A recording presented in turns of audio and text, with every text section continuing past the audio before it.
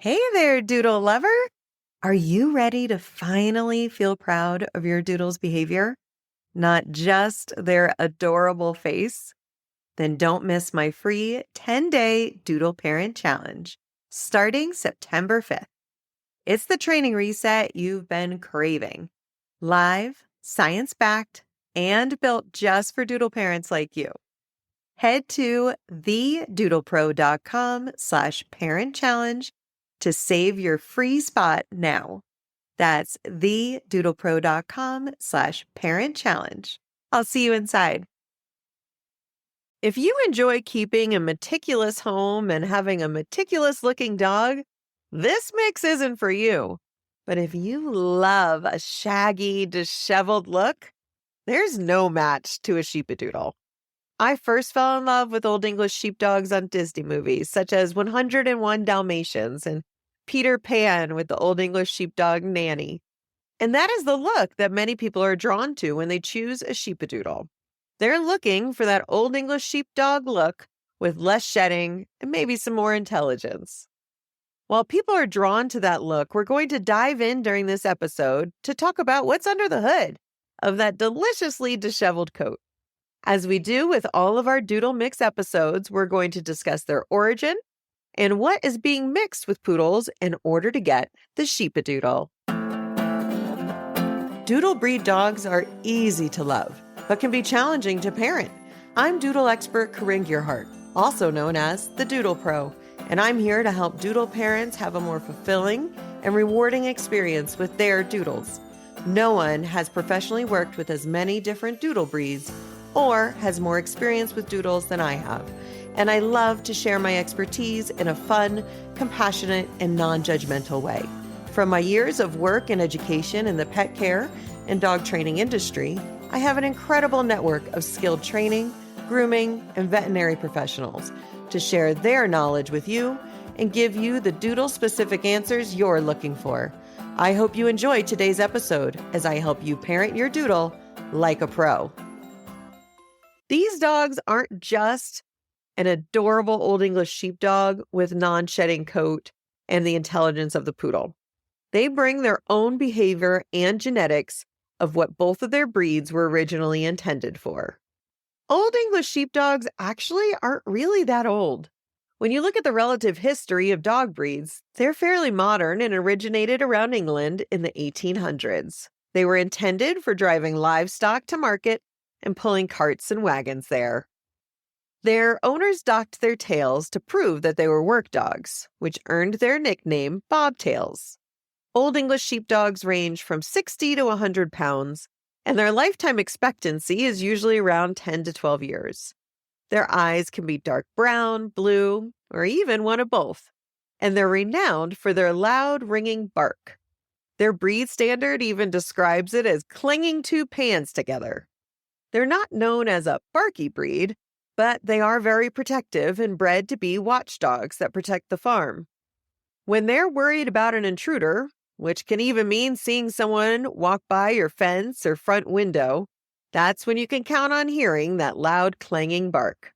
In the late 1800s, the Old English Sheepdog came to the U.S. and quickly became a rich man's dog. 5 out of 10 of the richest families in the U.S. owned, bred, or showed Old English Sheepdogs, including the Vanderbilts and the Guggenheims. Their body sits lower at the shoulder than their hips, which creates a bear-like roll. They can be very fast when they run, but when they slow into a nice jog, they really do roll like a bear.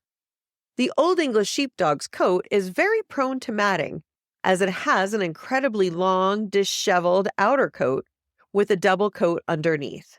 It can really create a lot of matting on its own before even crossing in a poodle's curls. Owners of Old English Sheepdogs and their mixes are often caught by surprise that they don't keep the black color in their coats.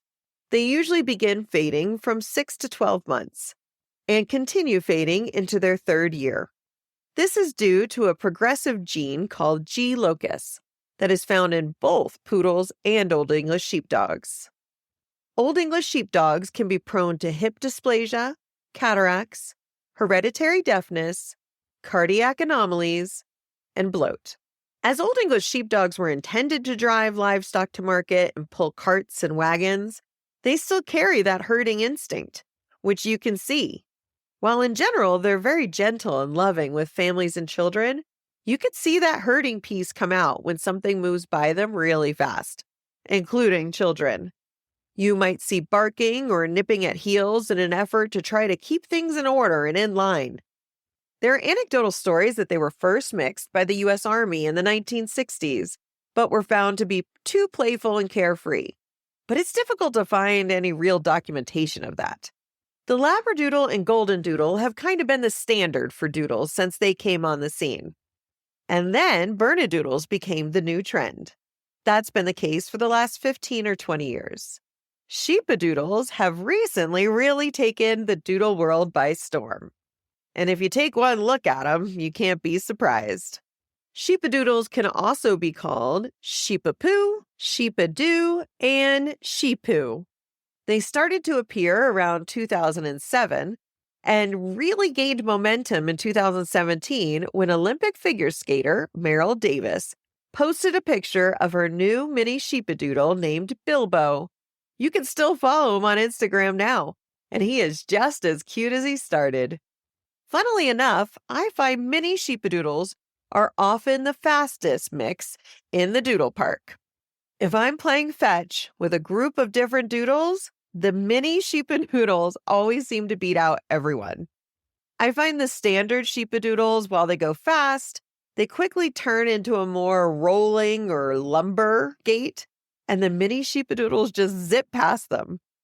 If you love keeping your house spick and span, and keeping your dog looking spick and span, a Sheepadoodle might be a little difficult for you.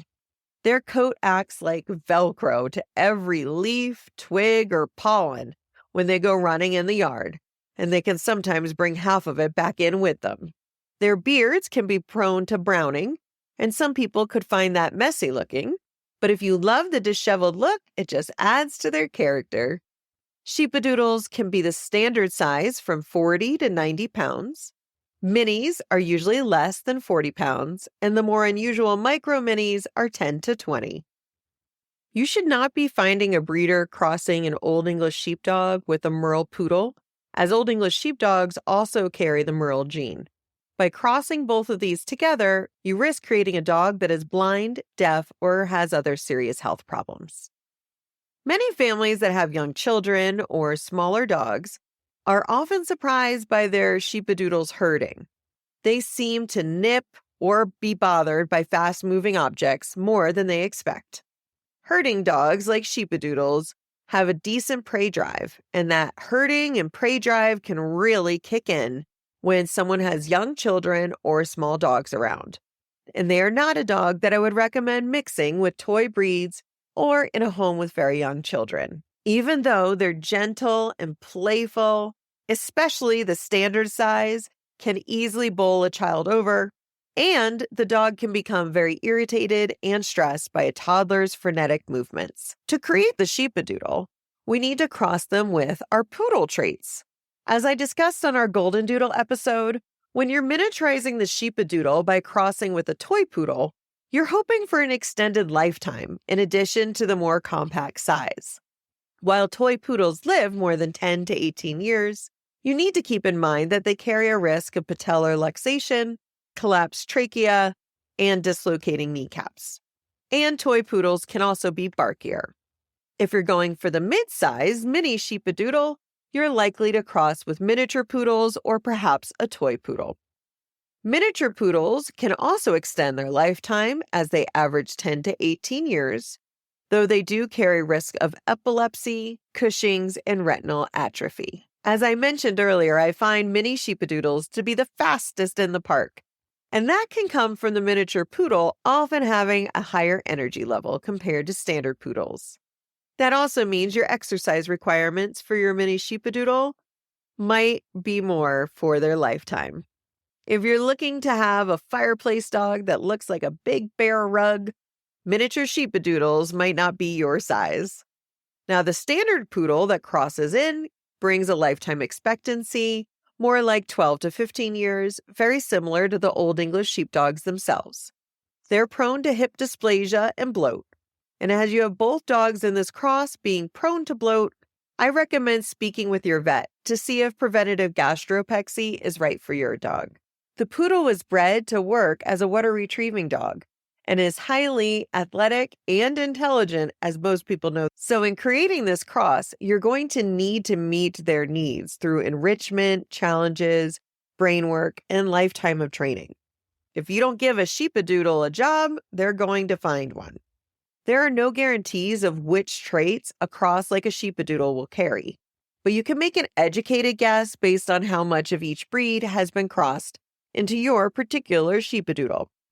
If, for example, your dog is 3/4 poodle, otherwise referred to as an F1B, then you might expect for them to be more active, possibly barkier, and non to lower shedding coat. Both poodles and Old English Sheepdogs are bred to have a protective nature. Dogs don't know bad guy from good guy. That's what a protective nature means. They know familiar versus unfamiliar, or their people versus not their people.